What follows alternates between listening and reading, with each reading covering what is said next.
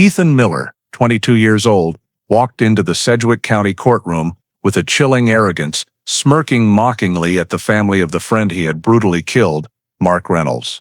Confident that his intellect and uniqueness would shield him from justice, he treated the trial like a stage where he was the director and everyone else merely spectators. Unbeknownst to him, every piece of evidence, every testimony, was gradually tightening around him, and the most brutal truth came not from experts or police, but from what he himself had left behind, exposing the mind of an arrogant individual who believed he was above humanity. Before diving into the story, don't forget to subscribe to the channel and hit the notification bell to stay updated on the latest cases. On the evening of November 14, 2008, darkness fell over the quiet suburban streets of Wichita, Kansas, bringing with it the crisp chill of late autumn. The last golden leaves rustled on neatly trimmed lawns under the pale glow of streetlights.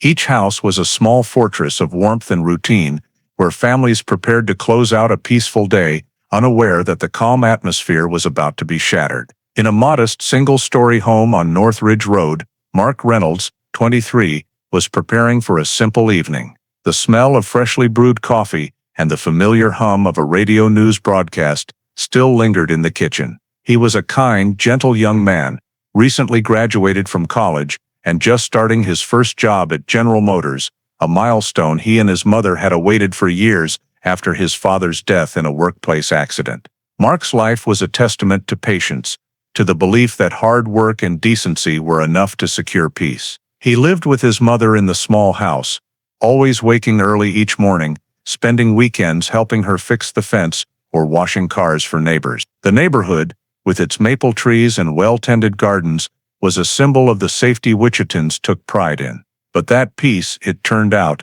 was a fragile illusion. That night, Mark left the house just before 8 p.m., saying he was meeting an old friend, but not mentioning a name. Outside, cold wind swept through the empty fields west of the city, carrying moisture from Cheney Lake. Around 11 p.m., a few residents near the lake reported hearing a car screech to a halt, followed by the sound of metal crashing and a stifled scream in the night. Then everything fell silent. No one went out to check, because in Wichita, people believed terrible things only happened somewhere far away, not where they lived. The attack was not a failed robbery or a burst of anger. It was a senseless act of violence, carried out with absolute coldness, an event so irrational it left investigators later searching for a motive that didn't exist. The first official record of the incident was logged at 7:12 a.m. the next morning, when an early fisherman called 911 to report a silver Toyota Corolla parked askew on a dirt road leading to Cheney Lake. The headlights were still on, the door slightly ajar, and dark bloodstains pooled on the damp ground. 2 patrol cars were dispatched immediately. They had no idea that call would mark the beginning of a case that would shake the entire city, a senseless, brutal murder with no explanation. When the 2 patrol cars stopped by Cheney Lake, the red and blue lights from their sirens reflected off the still water, tearing through Wichita's misty morning. A cold wind cut through the open field, carrying the smell of mud and gasoline. Mark Reynolds' Toyota Corolla sat precariously on the roadside, one wheel sunk deep in the mud. The headlights were still faintly glowing, illuminating the dark expanse of the empty field. An officer crouched down and noticed small blood trails leading from the car door toward the lake, interrupted by faint shoe prints. The area was quickly cordoned off. Following the trail, they found something unusual a few dozen meters from the car. A dark jacket draped over what appeared to be a human body. The body was found there, lying on its side in a pile of decayed leaves, the shirt crumpled and soaked in blood. There was no wallet, but the phone was still in the pants pocket. All signs pointed to this not being a robbery. The police immediately contacted the coroner's office. A team of forensic technicians arrived within 30 minutes. As the sun began to rise over the tree line, the area around the lake had transformed into a sealed-off crime scene, filled with caution tape and figures in white protective suits. The fog was still thick, casting a hazy veil over everything. The coroner determined the victim was a male in his early 20s, with multiple fatal stab wounds to the chest and neck, showing no signs of resistance. The perpetrator appeared to have acted quickly, precisely, and with complete control of the situation. In the preliminary report, Jensen, the female investigator in charge of the scene, noted no items were stolen, no signs of a struggle. The violence was deliberate, but lacks a clear motive. News spread faster than the investigation itself. As police left the scene, the first reporters arrived. Camera lenses peering from behind the yellow tape. By noon, the name Mark Reynolds was confirmed. The Wichita community was immediately plunged into shock. A young man with no criminal record, no conflicts, brutally murdered in what was considered the city's safest area. The small house on North Ridge Road became the center of attention. When the official notification was delivered, Mark's mother said nothing, sitting motionless in her chair, still holding a cold cup of tea. She didn't cry out, only stared blankly at the window, as if still waiting for her son to return. Neighbors brought flowers, baked goods, words of comfort, but no one could find words to ease that emptiness. That afternoon, television broadcasts all led with the same line. The body of young engineer Mark Reynolds was found by Cheney Lake, no signs of robbery. The local newspaper ran a bold headline, "Wichita's Most Senseless Murder." Images of Mark, with his gentle smile from his graduation ceremony, flooded news broadcasts and websites. Classmates, colleagues, and teachers all said the same thing. He had no enemies. Police received hundreds of calls from panicked, fearful residents. Many locked their doors earlier. Children were kept indoors after dark. Neighborhoods that once left doors open to catch the breeze were now locked tight. Porch lights blazing all night. Wichita, a city whose residents prided themselves on safety and trust among neighbors, was now cloaked in silent fear. A sense of unease spread, as if everyone understood that something dark was lurking nearby, and the peace they had trusted for so long was far more fragile than they'd ever imagined. The next morning, the investigation was officially launched under the command of Detective Laura Jensen, who had over 10 years of experience handling homicides in Wichita. Jensen was a meticulous, reserved, and pragmatic investigator. She didn't trust hunches, only data and details. She returned to the scene with the forensic team, combing every square meter around where the body was found. There were no unfamiliar tire tracks, no cigarette butts, no bottles. The scene was almost unnaturally clean. Only a small piece of white cloth caked in mud was found near the water's edge. The coroner's office sent the sample for testing that day. With physical evidence scattered, Jensen turned to digital investigation. Mark's phone was recovered from the car. After bypassing its security, technicians found a series of short text messages and calls before his disappearance. The last message, sent at 7:46 p.m., read simply, "Meet at the old workshop, 8:30. In the contacts, the number was saved as EM. When checking Mark's personal email, Jensen found several exchanges from an address belonging to Ethan Miller, a friend from Wichita State University, where they studied visual arts together. They had collaborated on a few small school projects, but after graduation, Mark became an engineer, while Ethan dropped out.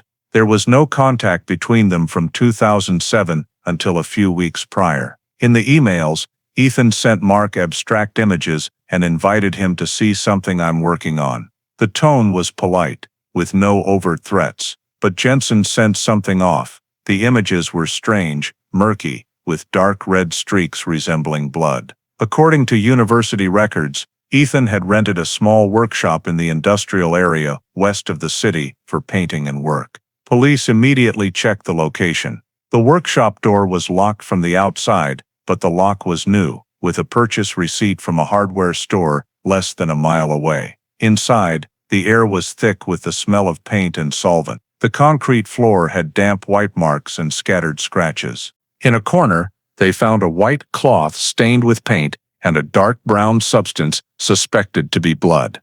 The sample was collected and sent to the lab. They also found a distinct shoe print, roughly the same size as the victim's but heavier, leading toward the back door. Under a tarp covering tools, Jensen discovered a thin, 20 cm long blade, cleaned but still bearing traces of rust and tiny fabric fibers. While awaiting forensic results, Jensen requested a review of Mark and Ethan's financial transactions.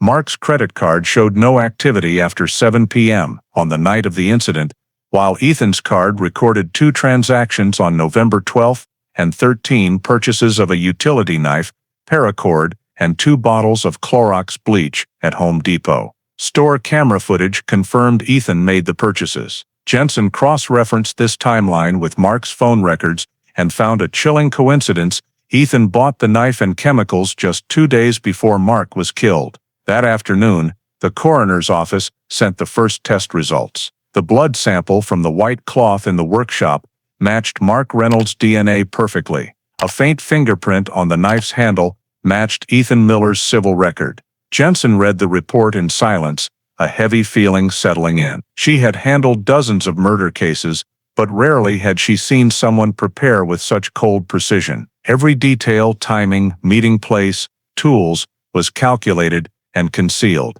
as if the perpetrator wanted to turn the crime into a deliberate act, almost an experiment. That evening, Jensen called an urgent meeting with the investigation team.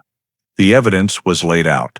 The meeting text, DNA samples, purchase receipts, and the workshop location. Everything pointed in one direction. Ethan Miller was the last person to see Mark Reynolds and was directly linked to his death. Jensen ordered a full search warrant for Ethan's residence and contacted the district attorney's office to secure an arrest warrant. At 10:40 p.m. on November 15th, the arrest warrant was officially signed. Ethan Miller's name was entered into Wichita's internal wanted system for suspected first-degree murder. The small house on Maple Grove, where he was registered as living, became the primary target of the task force. Wichita, a city still reeling from Mark Reynolds' senseless death, now entered a phase everyone feared, hunting for someone among them who had brought death for a reason no one could comprehend. Early on the morning of November 16, 2008, Wichita's sky was overcast and bitterly cold. As the first light of dawn touched the rooftops, the Wichita Police Task Force moved into the quiet residential area on Maple Grove, where Ethan Miller lived with his parents. The small 2-story beige house looked no different from hundreds of others in the neighborhood, ordinary, tidy, and entirely harmless. But inside, an arrest was waiting. At 6:27 a.m., when the door opened, Ethan appeared in a gray t-shirt and pajama pants, his expression eerily calm. He didn't resist or ask questions, simply holding out his hands as the officer presented the gleaming handcuffs. A neighbor, watching from a distance later, recounted that Ethan's face showed no fear or confusion, only a faint smile as he was led away. At Wichita's Central Police Station, Ethan was taken to Interrogation Room 3, a small space with a one-way glass wall. Laura Jensen sat across from him, placing a thick file on the table as the recorder was turned on. For the first 10 minutes, Ethan stared straight at the wall ahead, his gaze blank, his face unchanging. When Jensen asked if he knew Mark Reynolds, Ethan replied curtly, "Yes, we went to school together." His voice was even and soft, as if answering a casual question, not sitting in an interrogation room for a murder case. When Jensen asked about the night of November 14th, Ethan said, "We just talked and had a drink. Then he left." That answer immediately contradicted the evidence. Jensen pressed, her voice calm. "You say Mark left, but why was his blood found in your workshop?" Ethan shrugged, his eyes unblinking. "I don't know. Maybe he had a nosebleed or dropped something." His irrational calm made the room's atmosphere heavy. Another investigator behind the glass noted, "No signs of fear, no emotion. Extremely controlled." Jensen pressed further, placing a photo of the crime scene, the blood-stained white cloth, and the knife found in the workshop before him. Ethan glanced at the photo for a few seconds, then said slowly, "I paint with paint, not blood. If someone wants to make it something else, I can't do anything about it." The interrogation lasted nearly 2 hours. Throughout, Ethan maintained the same posture, hands clasped on the table, not asking for water, showing no irritation or fear. He answered every question briefly, as if indifferent to the consequences. When Jensen left the room, she wrote in her internal report, "He's as calm as someone watching another person being investigated." Meanwhile, the forensic team completed its final analysis. Lab results confirmed Ethan's fingerprints matched those on the knife's handle, the DNA on the white cloth matched Mark Reynolds' blood, and fibers found on Ethan's workbench were consistent with the victim's shirt. Additionally, a personal sketchbook was found in Ethan's bedroom, containing fragmented writings about pain, purification, and the silence after the scream. The scrawled handwriting, interspersed with drawings mimicking human anatomy, made the sketchbook a critical piece of evidence proving premeditation and calculation. That afternoon, Ethan's parents, Richard and Karen Miller, arrived at the police station to inquire about their son's situation. They were both in a state of panic. Richard, a bank employee nearing retirement, insisted that Ethan was a quiet, gentle kid, a bit different, but would never hurt anyone. Karen broke down in tears, saying her son had been diagnosed with obsessive-compulsive disorder in high school and had dropped out of college due to stress and isolation. They pleaded with the police not to rush to judge their son based only on appearances. Jensen listened but said nothing. She understood their desperation, but also knew the evidence didn't allow her to believe in his innocence. By evening, when all results were compiled, Jensen and the on-duty prosecutor held a brief meeting at the office. The physical evidence, digital data, and contradictory statements all painted the same picture. This was not a spontaneous act. The traces were deliberately erased, the victim was lured to an isolated location, and the perpetrator had meticulously prepared both tools and timing. Jensen concluded, "There's no doubt this was a deliberate crime, executed with complete control, not an impulse, but a plan." When Ethan was brought back to the temporary holding cell, he remained eerily calm. A young officer recounted that, just before the door closed, Ethan turned and softly asked, "Do people think they're doing the right thing?" No one answered. The iron door shut, leaving behind the echoing clang of metal. Outside, Jensen stood in the cold, brightly lit hallway, holding the thick case file. She knew this case had transcended the boundaries of an ordinary crime. Behind Ethan Miller's silence was something indefinable, a cold, empty void, cloaked in the terrifying composure of someone who believed they controlled everything. After Ethan Miller's arrest, the case file was quickly transferred to the Sedgwick County District Attorney's Office, where prosecutor Angela Harper took direct charge. Harper was renowned in Wichita's legal circles for her tough, meticulous, and uncompromising approach. From the first day, she demanded that all investigation documents, interrogation transcripts, and physical evidence be reviewed, cross-referenced, and cataloged in detail. She understood that this case would not merely be a criminal trial, but a test of the public's faith in justice in a city gripped by fear. Over the first 6 weeks, Harper's team compiled all forensic evidence from the crime scene, the defendant's home, and his workshop. First was the DNA test results. The blood on the white cloth, the fabric fibers on the knife, and the tissue traces in the workshop all matched Mark Reynolds' biological profile. This was direct, irrefutable evidence. Second, in Ethan's personal computer, the digital team discovered a hidden folder containing dozens of crime scene photos, images of the victim's body taken from various angles, saved just hours after the time of death. Metadata from these files showed they were copied from a digital camera's memory card that had not yet been recovered.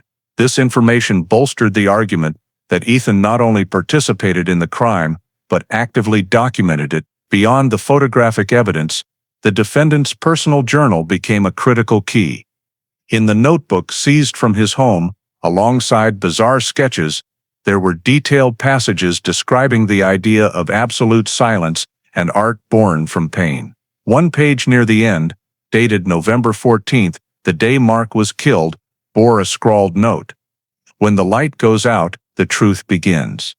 For Harper, this was no longer a sign of pathology, but a deliberate affirmation. She wrote in an internal report, "His language shows clear awareness of consequences."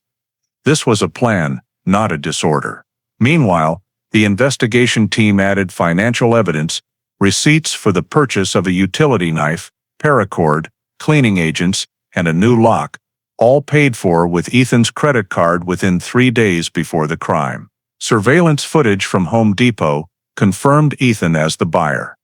A chain of premeditated anticipatory actions. Harper compiled all this into a case file over 200 pages long, numbered and categorized in sequence: forensic evidence, physical evidence, digital data, motive and psychological analysis. Her goal was to prove that the crime did not stem from a loss of mental control, but was a cold, calculated act. Concurrently, the defense began building a counter-strategy. The Miller family hired attorney David Croft, who had defended several murder cases involving mental health issues. Croft filed a motion for a psychological competency evaluation, citing Ethan's history of obsessive-compulsive disorder and depression from his high school medical records. He argued that Ethan was in a severe mental crisis and acted in a state of cognitive impairment. Croft emphasized that the journal entries could not be taken as evidence of intent, as a disordered mind can turn delusions into reality. To bolster his case, he brought in 2 psychiatrists from Topeka to evaluate the defendant. However, their preliminary reports were not strong enough.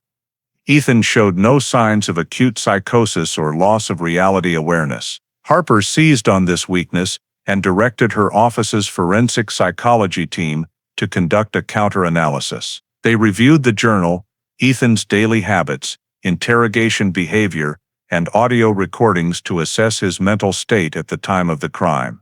Their report concluded, Ethan Miller displayed high emotional control, organized thinking, and no signs of impaired cognitive capacity. His actions were a product of extreme self-aggrandizement and a desire to control others. Harper viewed this conclusion as the forensic psychological foundation for the prosecution. Over the next 3 months, the case file was finalized and submitted to the district court. The police provided one additional small but critical detail: Ethan's fingerprints were found not only in the workshop but also on the victim's car door handle.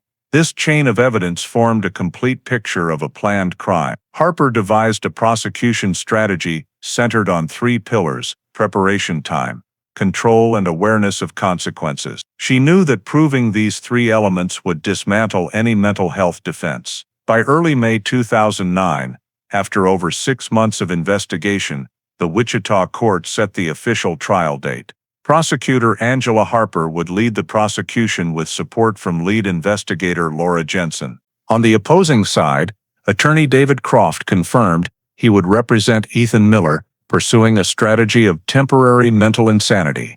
Wichita's public awaited the trial with a mix of curiosity and fear.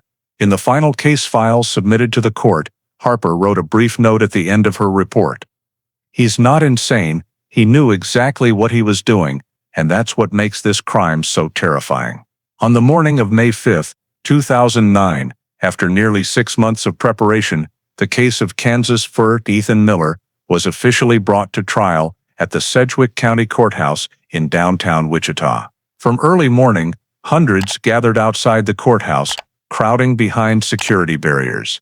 Local and national media were present, with satellite trucks from TV stations lining Main Street. The press called it Kansas' most shocking case in a decade, not just for the brutality of the crime, but for the absolute senselessness of the motive. Images of Ethan Miller, the young man with a cold face and emotionless eyes, appeared on most major newspapers. The phrase "art through violence" became a familiar headline in morning news broadcasts. When the courtroom doors opened, the crowd of reporters stirred. Ethan was escorted in by 2 officers, wearing a white dress shirt, gray tie, and neatly trimmed hair. He walked slowly, head held high, not shying away from the cameras. As he sat in the defendant's chair, Ethan gave a faint smile, whether polite or defiant was unclear, enough to silence the courtroom. The victim's family sat in the front row, Mark Reynolds' mother bowing her head, hands clasped tightly. The atmosphere in the room was thick, the silence broken only by the gavel of Judge Robert Kane, announcing the start of the trial. For the prosecution, Angela Harper stood, opening the thick case file before her. Her voice was low, clear, each word resonating in the packed courtroom. "The prosecution will prove that the defendant Ethan Miller planned, prepared, and intentionally took the life of Mark Reynolds, not for money, not for hatred, but to satisfy a twisted notion of so-called art through violence." Harper outlined the case. Forensic evidence, photos, journals, and digital data showed the defendant was fully aware of his actions. She emphasized Ethan's deliberate intent and calm demeanor before and after the crime, like someone performing a personal ritual. As Harper concluded her opening statement, the courtroom remained silent. Ethan sat motionless, hands on the table, face expressionless. Only when the prosecutor's gaze landed on him did a faint smile flicker across his lips, causing a few in the audience to shudder. Harper didn't react, simply closing her file and returning to her seat.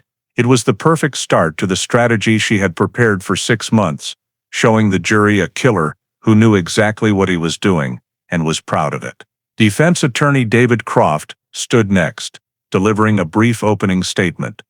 He asserted that his client was trapped in a severe psychological disorder, not fully aware of the consequences of his actions. Croft sought to evoke sympathy from the jury by highlighting Ethan's history of mental illness, failed treatments, social isolation, and the pressure of dropping out of college. However, as he spoke, Ethan didn't glance his way, occasionally tilting his head as if observing a play unrelated to himself. In the back, the Reynolds family's row sat in silence. The victim's mother stared at Ethan, her eyes brimming with tears, while Mark's brother clenched his fists. Public pressure weighed heavily on the jury, 12 randomly selected Kansans, now facing a case the entire state was watching closely. Live broadcasts were not allowed in the courtroom, but hundreds waited outside, following via radio and hourly news updates. In the next presentation, Harper introduced the evidence to be presented throughout the trial: physical evidence from the defendant's workshop, crime scene photos, DNA results, and copies of the personal journal. She asserted that all data showed the murder was meticulously prepared, with full control and awareness. "The defendant didn't act in a loss of control," Harper said. "He chose the time, place, and method. All calculated. He wanted to create something he thought was beautiful, but his beauty was painted with another person's blood." Judge Kane acknowledged the statements from both sides, emphasizing that the trial would focus on objective truth, not swayed by public emotion. But that was nearly impossible. Outside, afternoon newspapers ran headlines like "The Killer Smiles in Court," a quickly snapped photo of Ethan looking up, a faint smile on his lips, spread across online news sites. To many, that smile symbolized callousness, an evil that needed no motive, just arrogance to exist. As the morning session ended, the courtroom buzzed again. Mrs. Reynolds was escorted out, exhausted, avoiding reporters' questions. Harper gathered her papers, her face calm, but her eyes weary. Ethan, before being led away, turned to look at the courtroom one last time, his smile still lingering. It was an image many couldn't forget: the young killer, surrounded by media and flashing cameras, maintaining a chilling calm, as if everything was unfolding according to a script he had prepared long ago. The trial had just begun, but Wichita already understood this would not merely be a trial of a crime, it was a confrontation with the arrogance and emptiness of a mind that believed it could redefine beauty through violence. On the morning of the second trial day, the atmosphere in the Wichita courtroom grew even tenser. The audience seats were packed, the jury settled in, and prosecutor Angela Harper stepped to the podium, carrying a thick stack of documents marked with colored tabs. She began presenting the prosecution's first section evidence. Her voice was steady and firm, each sentence deliberate, as if urging the jury to feel the weight of every detail. Harper introduced 4 main evidence groups: forensic, physical, digital, and behavioral psychology. Her goal was to prove that Ethan Miller had prepared, calculated, and was fully aware of his act of murder.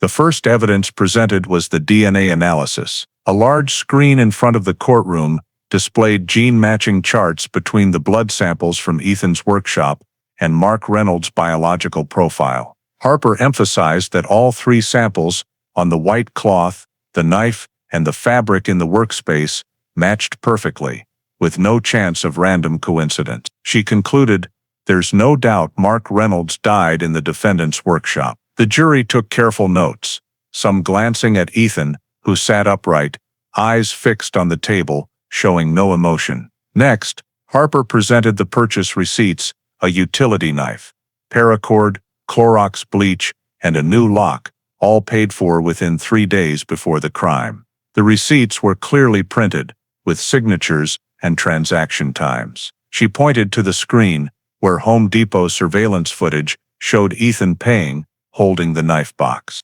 Harper paused for a few seconds to let the jury see the defendant's calm expression in the video. "This is a man who knew exactly what he needed and why he bought it," she said. "Not the actions of someone out of control, but a plan." The third, and perhaps most haunting evidence was the crime scene photos recovered from Ethan's personal computer. Harper requested the courtroom lights be dimmed to display the images. The room fell into darkness as the first photo appeared. A dimly lit workshop, blood on the concrete floor, a blurred object in the corner identified as Mark's body. Subsequent images showed different angles, all neatly composed, as if the photographer was documenting a work of art. Harper offered no commentary, letting the jury observe for a few seconds before moving to the next image. When the lights came back on, the room's atmosphere felt heavy. One juror covered their mouth, and the victim's mother bowed her head, escorted out by staff. Harper scanned the room, her voice lowering, "This isn't madness, this is control. An insane person couldn't take and save photos like these." Next, Harper opened Ethan's journal, presenting verified excerpts. One passage read, "Pain is the only way people realize the value of existence. If they don't understand, I'll show them." Another, dated November 14th, stated, "When the light goes out, the truth emerges." Harper used the defendant's own words to argue that the murder stemmed not from mental disorder, but from a warped sense of power and ego. She said, succinctly, "He believed he was creating something beyond morality and law. That's not insanity, it's arrogance." Following the physical and documentary evidence, Harper called the prosecution's forensic psychologist, Dr. William Carter, to the stand. He had analyzed Ethan's behavior and medical records for months. According to Carter, Ethan showed no signs of delusional disorder or loss of reality awareness. His actions after the crime, erasing traces, cleaning the scene, locking the door, demonstrated planning and emotional control. He concluded that Ethan's actions stemmed from a syndrome of extreme self-aggrandizement and obsession with power, a personality disorder that did not impair cognitive capacity. Harper asked, "So, in your opinion, he knew he was killing someone?" Carter replied firmly, "Absolutely, and he did it because he believed he had the right to." The presentation lasted over 3 hours. Each piece of evidence, each testimony, was meticulously arranged like pieces of a complete puzzle. As Harper concluded, she looked directly at the jury. "The prosecution doesn't need to judge psychology. We only present the truth, and the truth is, Ethan Miller prepared, acted, and was confident he would not be punished." In that moment, many in the courtroom noticed the smugness on the defendant's face. His eyes gleamed with an unusual calm, his lips slightly curved, as if he were listening to a familiar tune. The trial paused at noon, but the morning's impact lingered. In the hallway, the media buzzed about the case's meticulous preparation, while Wichita residents followed every update on television. The undeniable evidence, Harper's cold delivery, and Ethan's inexplicable smile pushed the story beyond the realm of law, becoming a symbol of a new kind of evil, one calculated, contemplated, and convinced of its own meaning. The jury left the courtroom in silence, carrying not just DNA data or purchase receipts, but the image of a young man who turned another's death into a means of self-assertion. That afternoon, after the prosecution concluded its presentation, defense attorney David Croft stood up. He adjusted his tie, gathered a few papers from the table, and approached the podium with the calm demeanor of someone well accustomed to courtroom pressure. His voice was low and deliberate, intentionally slowing the pace after Harper's intense presentation. "Your Honor, members of the jury," he began, "the prosecution has shown you a series of events, but they have never shown you the real person inside Ethan Miller, a young man with mental illness, isolated, and collapsing in a crisis no one detected." Croft paused, letting a few seconds of silence pass, then continued. "What happened here was not a plan. It was a moment of lost control in a breaking mind." He held up a thick brown file containing medical records from St. Francis Hospital in Wichita. These records showed Ethan had been diagnosed with obsessive-compulsive disorder at 16, with a history of depression and prescribed anti-anxiety medication. Croft quoted a note from the treating physician. "The patient shows a tendency to fixate on small details and exhibits repetitive behaviors under stress." According to him, this was why Ethan became trapped in a spiral of distorted thoughts. The attorney emphasized, "The defendant is not a cold-blooded killer. He is a victim of his own mental illness." Croft tried to guide the jury to view the case from a psychological rather than moral perspective. He described Ethan as a loner with no friends, obsessed with perfection, spending most of his time in a small studio painting and writing, gradually losing the boundary between ideas and reality. "He wasn't seeking beauty and blood," Croft said. "He was trying to find meaning in a life he himself couldn't understand." He added that no motive was identified, no hatred, no material gain, no personal conflict. According to him, the senselessness of the act was evidence that Ethan was not fully in control of his actions. Croft also presented testimony from two psychiatrists he had hired, Dr. Helen Grady and Dr. Samuel Price. Both confirmed that Ethan showed signs of obsessive-compulsive personality disorder and severe obsessive tendencies, which could lead to brief losses of awareness under extreme emotional stress. Dr. Grady read a summary of her evaluation. "The defendant exhibits organized behavior, but that does not equate to stable judgment. His disorder could lead him to believe his actions were rational when, in reality, they were not." Croft stressed that this was not an excuse to evade responsibility, but an attempt to help the court understand that Ethan Miller was not himself in that moment of sin. When Croft displayed childhood photos of Ethan, a thin boy standing in front of a painting with a lonely smile, the courtroom's atmosphere softened. Some jurors appeared swayed. He seized the opportunity to attack the prosecution's weak point. If this was a plan, why no motive? Why not erase all traces? Why stay in Wichita instead of fleeing? He paced before the podium, emphasizing, "The simple answer is that Ethan wasn't fully aware of the consequences. He didn't act with a clear mind, but Angela Harper didn't let the defense hold the advantage for long." When Croft finished, she stood, requesting the right to rebut. Harper spoke concisely, without mincing words. "No motive doesn't mean no control. A person can kill just to satisfy themselves, and that's even more terrifying." She listed the physical evidence again: knife, paracord, receipts, photos, all prepared and arranged over days. "That's not unconsciousness," she said. "That's a process. Someone unaware doesn't buy tools, choose a location, clean the scene, and photograph their crime." Harper also reiterated Dr. William Carter's evaluation, the prosecution's psychologist. "Ethan showed no signs of psychotic disorder or loss of cognitive capacity.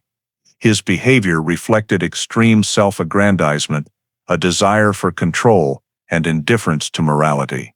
"This isn't illness," Harper concluded. "This is choice." Her voice was low and resolute, echoing in the silent courtroom. As the afternoon session ended, no one spoke further. The jury left in silence, carrying two contrasting images, one of a young man plagued by mental illness, the other of a calculated cold killer. Ethan sat, quietly observing everything, reacting neither to the prosecution nor his lawyer's defense. The only constant that afternoon was his detached gaze, lips slightly curved, as if smiling at something only he understood. The third day of the trial began with witness testimonies, a phase seen as a turning point in the case. The courtroom was more packed than usual.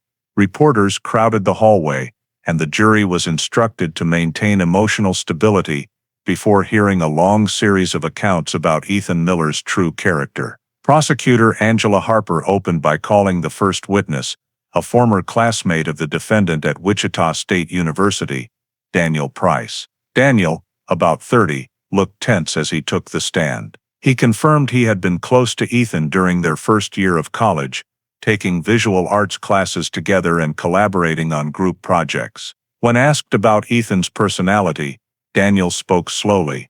He was smart, creative, but always felt he was different. Ethan couldn't accept being wrong. He believed others couldn't understand his way of seeing the world. Harper asked for clarification, and Daniel recounted times Ethan argued fiercely with professors, claiming people only copied mundane beauty, while he wanted to create something truly pure, unbound by morality. That statement caused a murmur in the courtroom. The second witness, Julia Marsh, had taken painting classes with Ethan. She recalled, he was obsessed with perfection. If a painting wasn't right, he could stare at it for hours, silent. Once I heard him say, "True art must come with pain." When I asked what he meant, he just smiled and said, "You'll understand when you see it." Harper paused, letting the words resonate in the courtroom silence.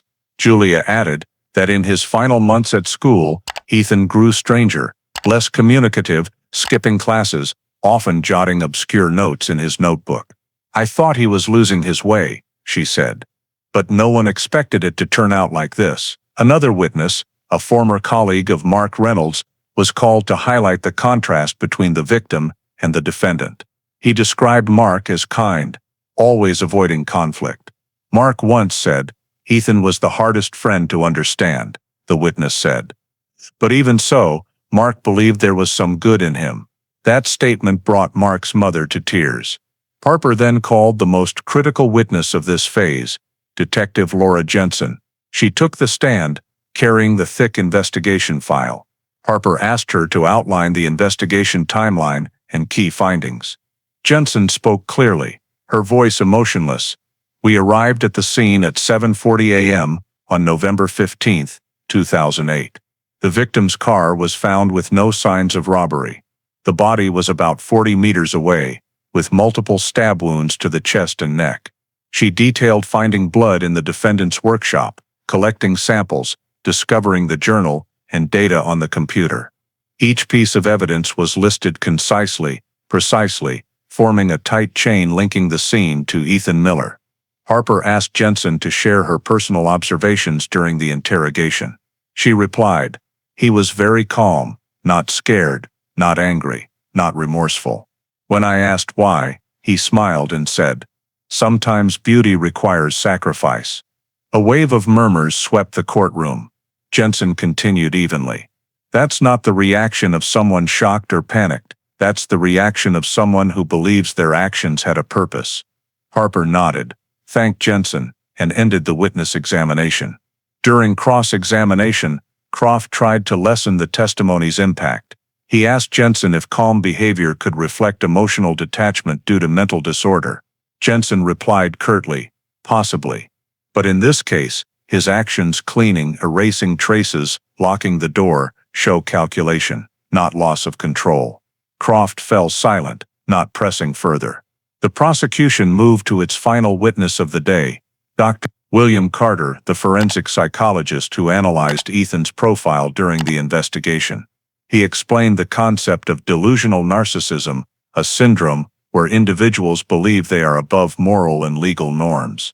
Carter said, "Ethan Miller had full cognitive capacity. His issue wasn't pathology, but a belief he could decide the value of others' lives." He concluded that the defendant's behavior was a combination of intellect, arrogance, and lack of empathy, a perfect formula for deliberate crime. Harper used Carter's testimony to reinforce her core argument that Ethan didn't just kill but saw the act as a manifesto. She stood, facing the jury, emphasizing the defendant wasn't seeking beauty. He was seeking recognition, and to achieve that, he treated a human life as a tool. The jury sat still, many taking extensive notes. Below, Ethan maintained his posture, occasionally twirling a pen, his eyes drifting to the courtroom ceiling. Outside, Trial news flooded television channels. The phrase "art through violence" dominated headlines. Commentaries called Ethan Miller a self-proclaimed genius redefining morality, while others described him as a shadow of modern narcissism. Outside the courthouse, residents held photos of Mark Reynolds and white candles in a long line. As the witness testimony phase ended, the courtroom atmosphere was thick. The jury, after 3 days of hearing and seeing, had begun forming a picture of a brilliant but distorted individual, one who believed death could create meaning. Ethan's indifference throughout the trial fueled public outrage. The media described him as the man who smiled through a city's pain. In the front row, Mrs. Reynolds stared down, her hands trembling on a white mourning cloth. In the center of the room, under cold fluorescent lights, the defendant sat motionless, his eyes empty, a faint smile lingering, as if everything unfolding was not a court's judgment, but part of a story he was still writing in his mind. The subsequent trial days passed in a heavy, exhausting atmosphere. After the witness testimonies, the court moved to arguments, cross-examinations, and evidence verification, but the focus shifted from evidence to the defendant's demeanor. From the first day in court, Ethan Miller maintained an almost cold calm. By the second week of the trial, that calm had visibly turned to confidence and blatant arrogance. He no longer bowed his head or avoided the jury's or media's gazes. Each morning, as he passed through the courtroom doors, Ethan looked straight ahead, his eyes alert, lips slightly curved as if entering his own exhibition rather than a criminal trial. While Prosecutor Harper presented final arguments on the crime's calculated nature, Ethan leaned back in his chair, pen in hand, occasionally jotting short notes in a small notebook. A court clerk recounted that whenever Harper mentioned Mark Reynolds' name, the defendant would lower his head and smile, as if hearing something amusing. This didn't escape the media's notice. From local papers to national outlets, the image of the smiling killer spread rapidly, turning Ethan into a symbol of callousness and arrogance. The courtroom grew more crowded each day, with Wichita residents, initially curious, now attending out of anger. In the back rows, many shook their heads, others barely concealing rage as they watched him write, while the prosecution displayed images of the victim. Harper noticed this early on. She understood that the defendant's confidence wasn't mere composure, but a tool. Ethan believed his image as an educated, calm, articulate person would sway the jury. He tried to project the persona of a misunderstood intellectual, an artist condemned for being different. Harper decided to shift her strategy. In later arguments, she focused on exploiting that arrogance, turning it into evidence of the crime's intent and awareness. "A person can fake insanity," she said during a cross-examination, "but no one can fake arrogance." In one cross-examination, Harper unexpectedly asked Ethan to stand and confirm the writings in his journal. As pages filled with grim quotes about beauty and sacrifice were projected on a large screen, she asked, "You wrote this, didn't you? Death is not an end, but the purest form of art." Ethan looked up, scanned the room, and replied softly but clearly, "And I still believe that." The courtroom fell silent. Harper pressed, "Did you know the person you're talking about was a real human being? Mark Reynolds, a son, a brother, a friend to many here." Ethan smiled, placing his hands on the table.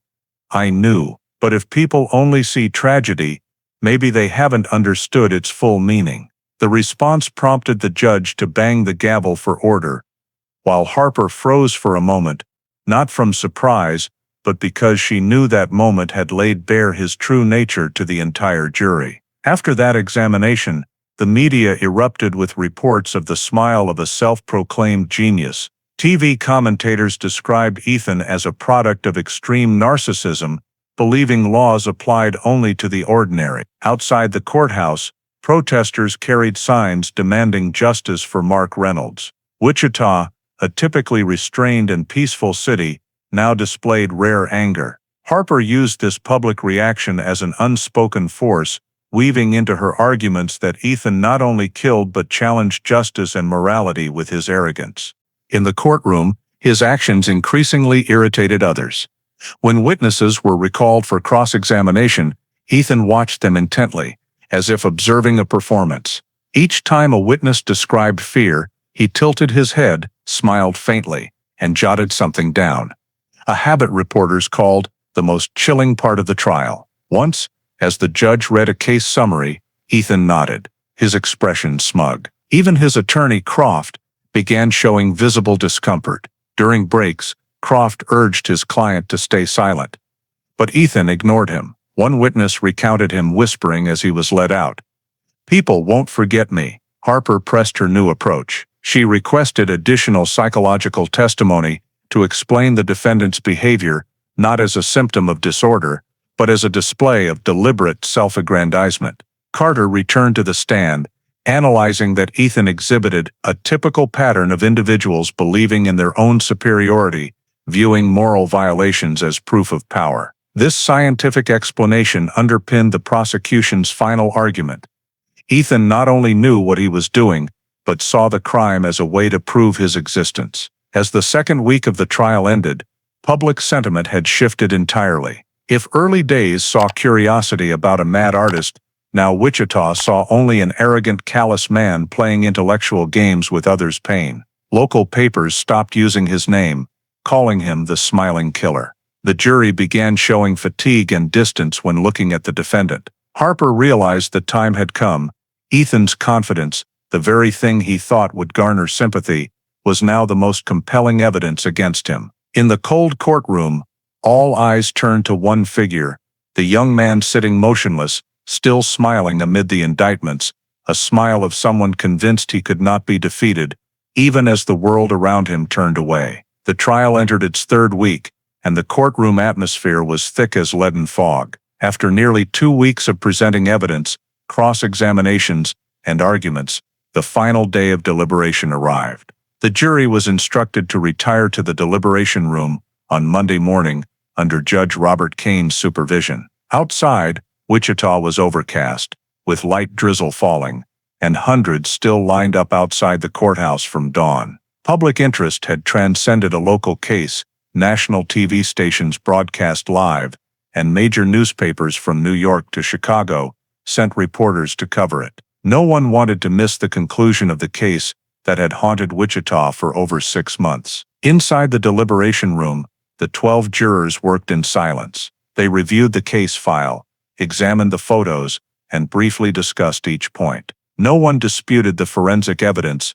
No one believed the argument of temporary loss of control. All agreed that Ethan Miller's actions were planned, intentional, and executed with complete control. After over 3 hours of discussion, they reached a unanimous conclusion: the defendant was guilty of first-degree murder. The verdict was sealed and sent back to Judge Kane. That afternoon, as the jury returned to the courtroom, the room was deathly silent. Harper stood by the prosecution table, her face expressionless, while Attorney Croft bowed his head, hands clasped. Ethan sat upright, eyes forward, showing no signs of anxiety. When Judge Kane asked the jury foreperson for the verdict, a middle-aged woman stood, her voice firm. "We unanimously find the defendant, Ethan Miller, guilty of first-degree murder." A murmur rippled through the room and quickly died down. Mrs. Reynolds, the victim's mother, broke into sobs, while Mark's brother put an arm around her, head bowed. Harper closed her eyes briefly, took a deep breath, and looked toward the defendant. Ethan remained still, the corner of his mouth twitching slightly, a faint smile appearing as if he had anticipated everything. Judge Kane called for order before moving to sentencing. Harper presented the prosecution's final request, the maximum penalty under Kansas law: life imprisonment without the possibility of parole. The defendant not only took Mark Reynolds' life, she said, but deliberately insulted the very notion of justice, morality, and humanity. He saw his crime as a tool to affirm himself, and he cannot be allowed back into society. Harper's voice was steady, unwavering, each word striking the silence like a hammer. The jury nodded in agreement. No one had any doubts. Attorney Croft rose slowly, attempting a final objection. He said that while Ethan was convicted, we must still acknowledge the mental health factor to understand how someone could lose themselves so completely. His voice was weak, lacking conviction. No one paid much attention. Even Croft knew the case had reached its end. He only wanted to leave a trace of humanity for a client the entire city despised. Judge Kane delivered the sentence. His voice was slow, deliberate, emphasizing each word. After reviewing all evidence, testimony, arguments, and the jury's conclusion, the Sedgwick County Court sentences the defendant, Ethan Miller, to life imprisonment without the possibility of parole. A brief silence, stretched for a few seconds, followed by sighs and muffled sobs in the courtroom. Harper maintained her posture, hands on the table, while Croft bowed his head, eyes closed. Ethan sat motionless, his lips moving ever so slightly. A reporter in the back row noted that he whispered, almost to himself, "At least I made my mark." Judge Kane paused, looking directly at the defendant. He had delivered hundreds of sentences in his career, but rarely did he take time to address someone personally like this. "Mr. Miller," he said, "I've heard every defense, every argument, and every piece of evidence. I see no remorse in you. I see only a person who believes they're so exceptional that the law cannot touch them.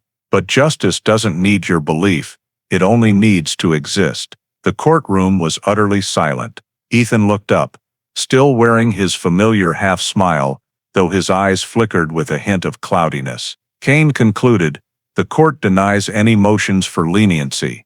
The sentence takes effect immediately." The sound of the gavel, striking the bench, echoed through the large room, marking the end of one of Wichita's most controversial cases. Below, some people broke into tears. Mrs. Reynolds clutched her son's photo, trembling in her family's embrace. A few in the courtroom stood, clapping quietly, a rare act in a criminal trial, but no one intervened. Harper stood, gathered her files, and nodded slightly to the jury. Croft looked at his client, about to say something but stopping short. Ethan was led away by police, hands still cuffed in front of him, his face showing no fear. Outside in the hallway, the media erupted in noise as the courtroom doors opened. "Justice has been served," the Wichita Eagle headlined that evening. But what people discussed more wasn't the sentence, but the defendant's demeanor. Some commentators said Ethan Miller's smile during the verdict was the smile of someone who believed, even in confinement, he had won, because he forced the world to look at him. Yet for most Wichitans, the sentence was the necessary closure to a nightmare. In the cold courtroom, where wooden chairs still held the warmth of those seated, Judge Kane's gavel was a final affirmation that despite those who believe they're above the law, justice ultimately has the last word. After the sentencing, Ethan Miller's name quickly spread beyond Wichita, making headlines nationwide. Major newspapers reported not only on the crime's brutality, but on the defendant's smile during his life sentence. CNN called it a sentence for someone who thought they could redefine morality, while the New York Times described the case as a lesson in the arrogance of crime. Evening TV broadcasts analyzed the phenomenon of criminals who believe their actions express creativity, self-destructive geniuses in an era of narcissism. In Wichita, the peaceful city, the public finally breathed a sigh of relief after months haunted by fear and anger. 3 days after the sentence took effect, Ethan was transferred from Sedgwick County's temporary detention to the high-security Lansing Correctional Facility in eastern Kansas. The prisoner transport left the courthouse on a foggy morning. Ethan sat in the back, wearing an orange jumpsuit, wrists cuffed, staring out the window like someone admiring scenery on a road trip. An escorting officer recounted that during the over 2-hour journey, he didn't speak, except for one question when the van stopped for gas. "Do you think people will still talk about me?" No one answered. Upon arriving at Lansing, he was placed in a special isolation unit for inmates with no parole possibility. A quiet, anonymous place completely cut off from the outside world. Meanwhile, in Wichita, post-trial interviews continued airing.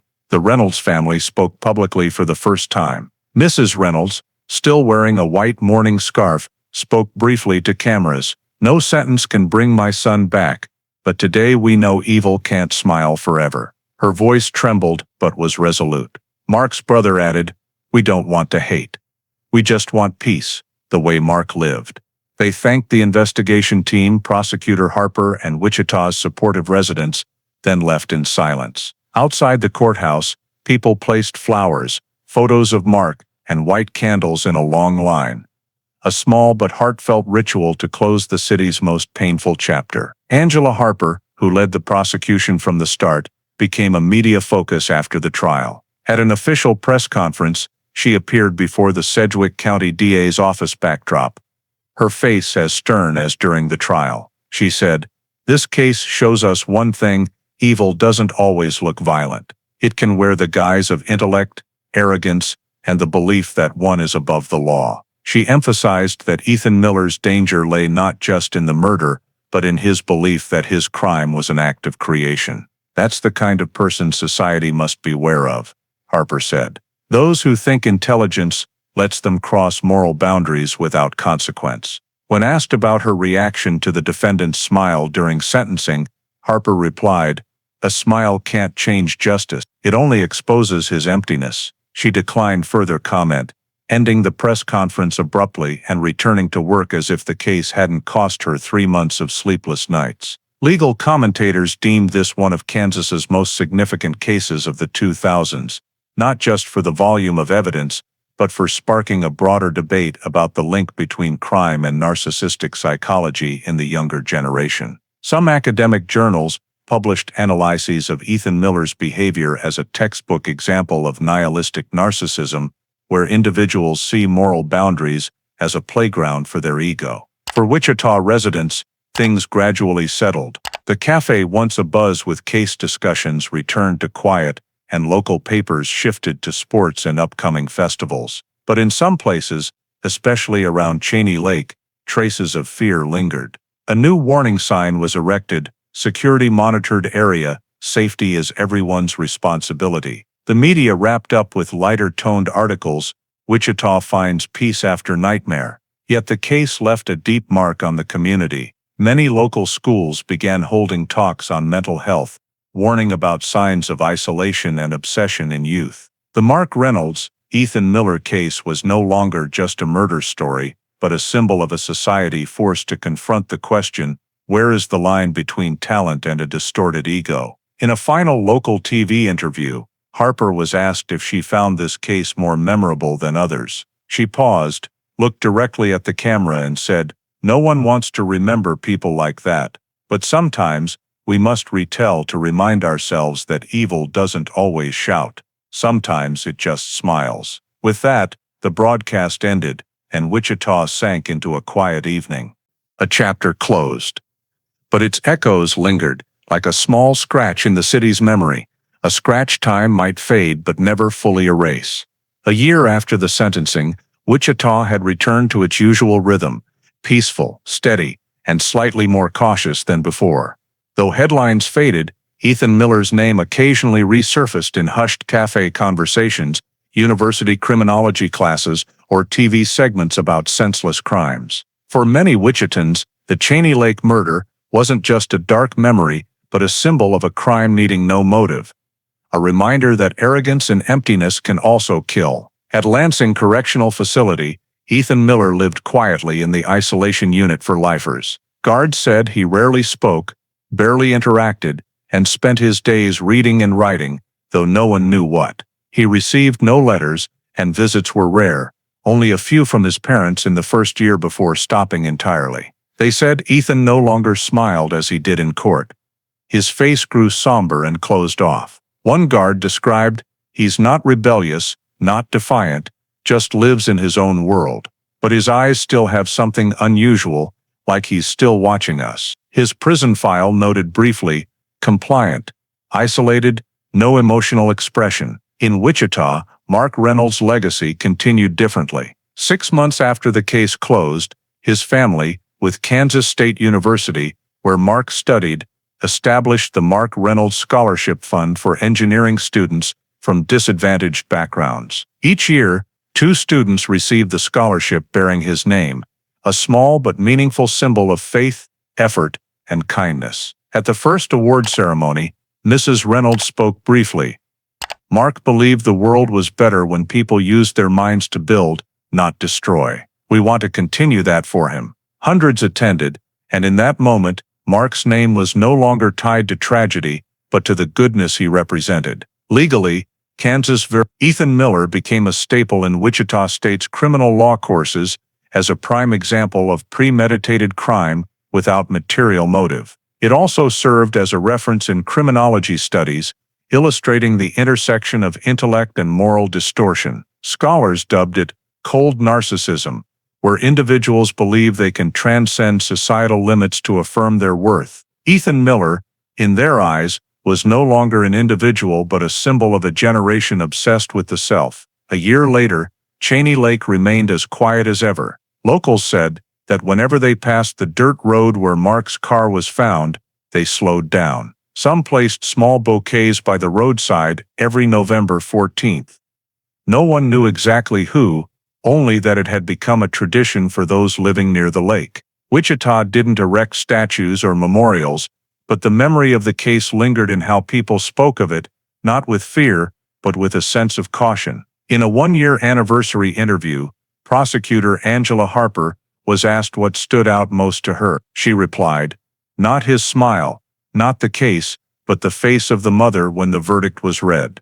That was the only moment I saw justice take shape." She added, "Crime doesn't always stem from hatred or greed. Sometimes, it begins with the belief that you're smarter than morality, and that's the most dangerous kind." Her words were quoted in numerous editorials, becoming a defining conclusion for the many analyses of the case that followed. Ethan Miller, once called the artist of death, was now just a name on Kansas prisoner lists. No one spoke of his works or ideas anymore. No interviews, no articles, no flashing cameras. The world had forgotten him, and that oblivion was a punishment greater than any sentence. But people still remembered Mark Reynolds, not as a victim of a crime, but as a symbol of simplicity, kindness, peace, and the belief that justice endures. The university hung his photo in its Hall of Traditions, with a caption, "People may be forgotten through fear, but remembered through kindness."